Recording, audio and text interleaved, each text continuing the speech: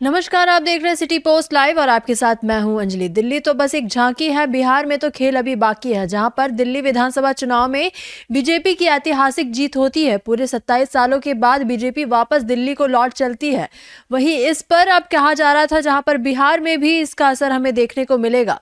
तेजस्वी यादव ने तो सीधी तौर पर कह दिया कि इसमें बिहार में कोई असर देखने को नहीं मिलेगा, क्योंकि वहां पर भाजपा ने अगर बनाई है वहां पर सरकार तो लोगों की वजह से बनाई। यहाँ पर लोग समझ चुके हैं कि कौन किसके साथ है और कौन किसके साथ नहीं है। इसी पर अब मोहर लगाते हुए मनोज झा, जो कि राज्यसभा सांसद है राजद के, और इसी के साथ साथ वो तेजस्वी यादव के काफी करीबी माने जाते हैं, वो सीधी तौर पर क्या कुछ कहते नजर आते हैं। इस पूरे बयान में तेजस्वी यादव की ओर से क्या कुछ कहते नजर आते हैं, पहले आप उनका बयान सुने। प्रधानमंत्री श्री नरेंद्र मोदी जी का आगमन भागलपुर 24 फरवरी को होने जा रहा है और 24 फरवरी को प्रधानमंत्री जी किसान सम्मान निधि का किस्त भागलपुर से पूरे देश के किसानों को जारी करेंगे।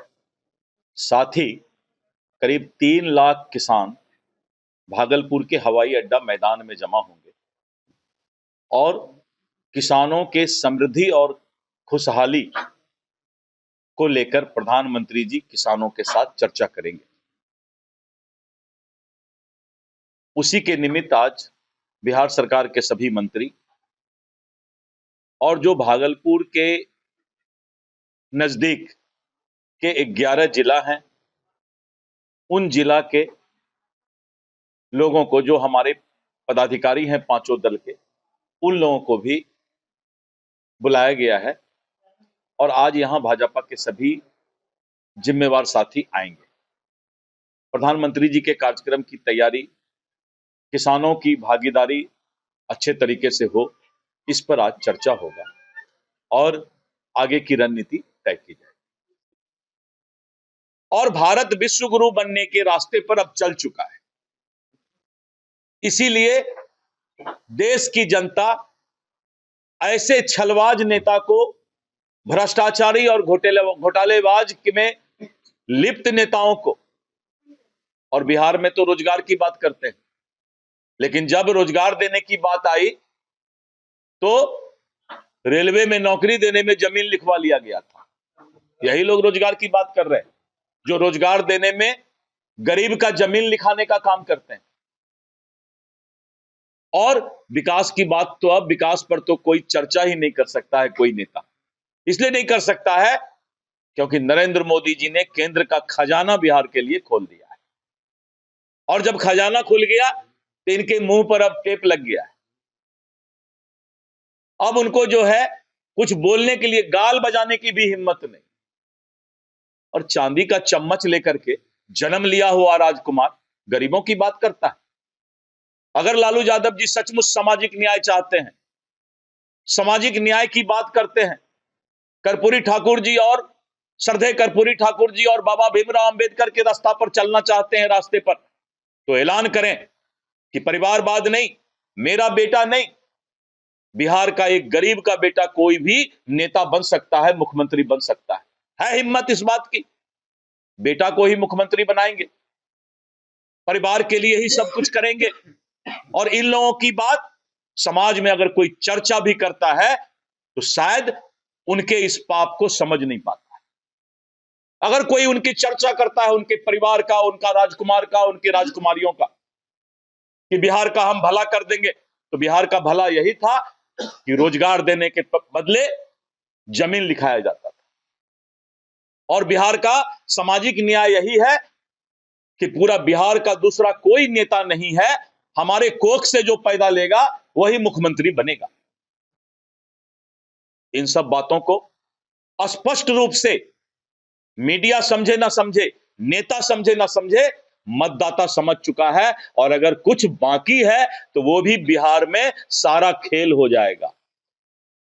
मतदाता इस बार दिखा देगा ऐसे लोगों को, मतदाता इस बार ऐसे नेताओं को बता देगा, और नरेंद्र मोदी जी की ही गारंटी चलेगी।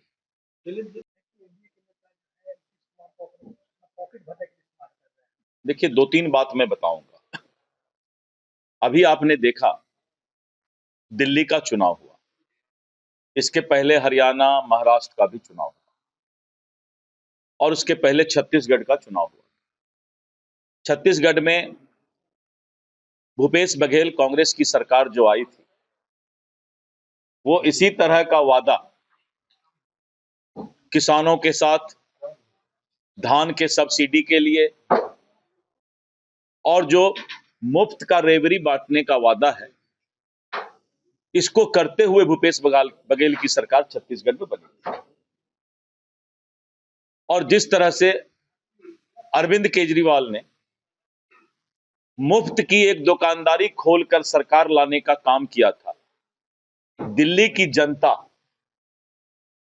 ने अरविंद केजरीवाल ऐसे भ्रष्टाचारी नेता, घोटालेबाज नेता का जब असली चेहरा देखा, तब उसके बाद आपने देखा कि किस तरह वहां के दिल्ली के मतदाताओं ने सत्ता से उसको उखाड़ फेंकने का काम किया।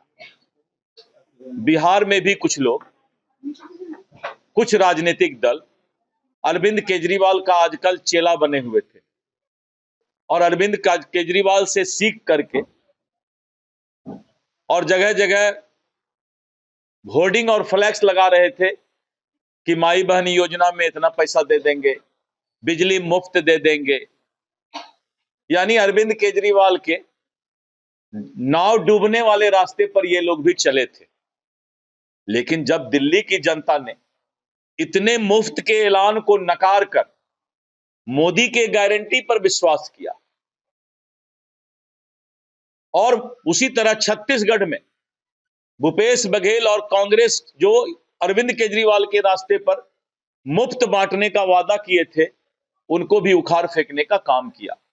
यानी अब इस देश की जनता सिर्फ एक चीज पर विश्वास करती है, वो है मोदी की गारंटी। और मोदी के गारंटी के कारण दिल्ली के मतदाता पता भी नहीं चलने दिए, हम भाजपा के नेताओं को भी पता नहीं था अच्छे तरीके से कि मतदाता ने क्या मिजाज बना लिया है। और भारत का जो विश्व गुरु बनने का सपना है, उस सपना की ओर हम लोग अब अग्रसर हो गए हैं, आगे बढ़ गए हैं। वो कोई लालच अब मुख्यमंत्री बनने का नहीं है, सत्ता में आने का नहीं है, यही ऐलान कर देना।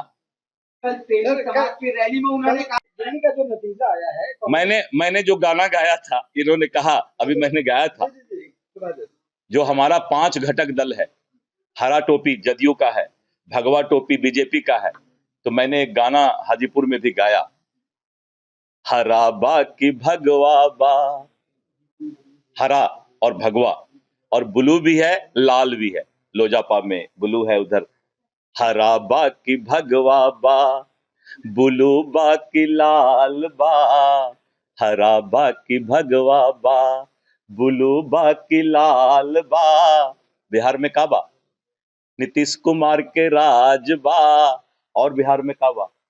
कानून के राज बा। बोली और का बा बिहार में? किसान खुशहाल बा। यही तो नीतीश कुमार के राज बा, आज भी है और कल भी रहेगा।